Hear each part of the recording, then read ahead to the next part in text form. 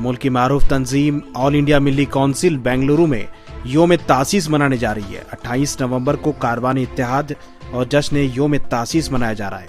28 नवंबर को कारवान इत्तेहाद श्रीरंगपट्टन पहुंचेगा और यहां मुजाहिद आज़ादी हज़रत टीपू सुल्तान के मज़ार पर हाजिरी होगी। बाद नमाज जुमा यहां तजदीद अहद किया जाएगा। 29 नवंबर बरोज़ हफ्ता शाम 6:30 बजे वसंत नगर के देवराज रस भवन में अवामी इजलास रखा गया है। 6:30 बजे मुनक्कद होने वाले इस इजलास में मुकर्ररी खुसूसी के तौर पर मुल्क के मशहूर मारूफ एडवोकेट प्रशांत भूषण शिरकत करेंगे। साथ ही मशहूर आलिम दीन मौलाना खालिद सैफुल्लाह रहमानी भी शिरकत करेंगे। इनके अलावा कई अहम शख्सियात इस प्रोग्राम में हिस्सा ले रहे हैं। ये प्रोग्राम अवाम के लिए है। आपको बता दें, मिली काउंसिल का ये 3 रोज़ा प्रोग्राम है जिसमें 28, 29 और 30 को मुनक्कद होंगे। 3 रोज़ा प्रोग्राम में हज भवन में मुख्तलिफ प्रोग्राम मिली काउंसिल के अराकीन के लिए होगा और अवाम के लिए 29 नवंबर बरोज़ हफ्ता शाम 6:30 बजे वसंत नगर के देवराज रस भवन में खुसूसी प्रोग्राम रखा गया है जिसमें तमाम मुसलमानों को शिरकत की गुजारिश की गई है। इस ताल्लुक से एक प्रेस कॉन्फ्रेंस करके इस बात की इत्तला दी गई। प्रेस कॉन्फ्रेंस में कर्नाटक के मिली काउंसिल के जिम्मेदारान के साथ साथ ऑल इंडिया मिली काउंसिल के assistant general secretary Sheikh Nizamuddin भी शरीक हुए। अब आपके सामने जनाब Sheikh Nizamuddin Sahab, assistant general secretary all India Milli council जो शोलापुर से ताल्लुक़ रखते हैं, आपसे मुखातिब होंगे।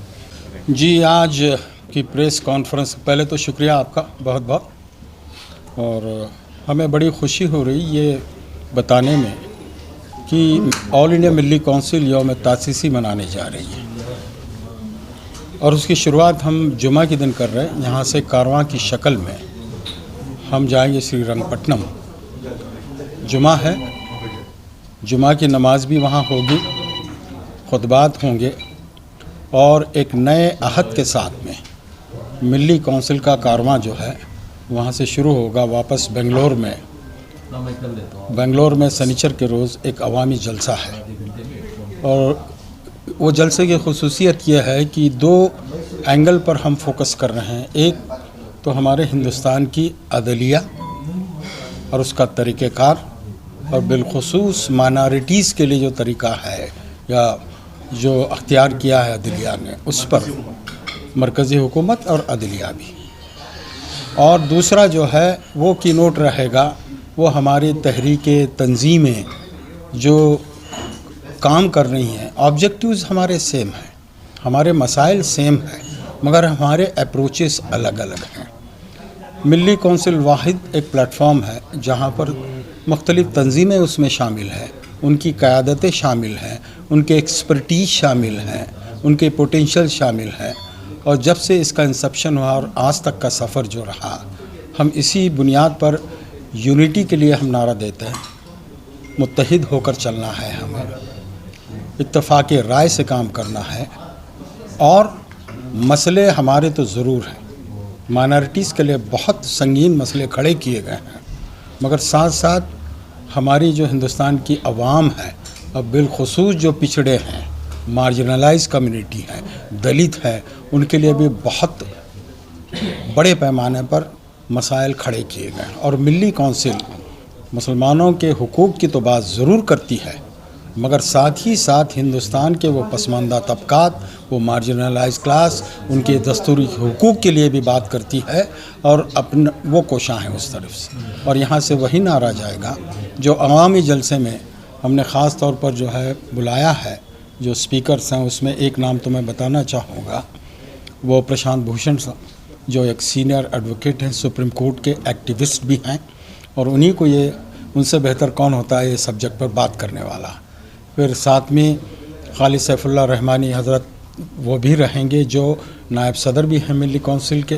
तो इस तरह का एक मिक्स और पॉजिटिव मैसेज हम आवाम को देना चाहते हैं, और वो मैसेज ये रहेगा कि वो मैसेज का जो आप कोर अगर समझेंगे तो वो ये रहेगा कि यूनिटी ऑफ ह्यूमैनिटी, उसकी डिग्निटी, और ये नारा लेकर, और दस्तूर दस्तूर को बचाना है, उसको मजबूत करना है, यहाँ की डेमोक्रेसी को बचाना है, मजबूत करना है और समाज में इत्तेहाद इत्तेफाक पैदा करना, ये मैसेज यहाँ से जाएगा। फिर से रिन्यू होकर, ये पहले से तो था ही हमारा ऑब्जेक्टिव, अब यहाँ से रिन्यू करेंगे क्योंकि आने वाला वक्त हम देख रहे हैं कि और भी ज़्यादा मुश्किल रहेगा और मुश्किल वक्त होकर हम सब मिलकर उसका सामना करने का अहद हम करने जा रहे हैं।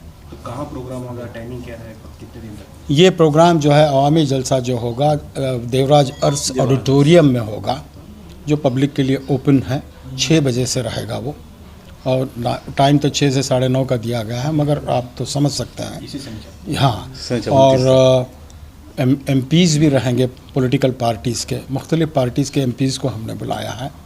यहाँ के लोकल MPs और MLAs भी रहेंगे और कुछ सीनियर और प्रोमिनेंट सिविल एक्टिविस्ट भी रहेंगे मुख्तलिफ़ जमातों से, उनकी भी शिरकत रहेगी, ताकि एक अच्छा पैगाम जो है यहाँ बेंगलोर से पूरे हिंदुस्तान भर में जाए। देखिए 28, 29 और 30 जुम्मा हफ्ता इतवार 3 दिन प्रोग्राम है, और बरोज़ जुम्मा इंशाअल्लाह 8 बजे हज हाउस बेंगलुरु से कारवान निकलेगा और श्रीरंगपटन हज़रत टीपू सुल्तान शहीद रहमतुल्लाह अलैह की गुंबद तक जाएगा, और जुम्मा की नमाज के बाद वहाँ तजदीद अहद किया जाएगा। सारे मेंबरान वहाँ 33 साल पहले जो अहद किए थे, ऑल इंडिया मिली काउंसिल के ज़िम्मेदारान, उलमा, अमायदीन और सारे हिंदुस्तान भर के सारे मसालिक के जो ज़िम्मेदारान हैं, वो सब वहाँ इंशाअल्लाह अहद लेंगे कि ऑल इंडिया मिली काउंसिल आइंदा किस किस काम पर कैसे कैसे मसाइल हल करेगा कौम के, इस बारे में।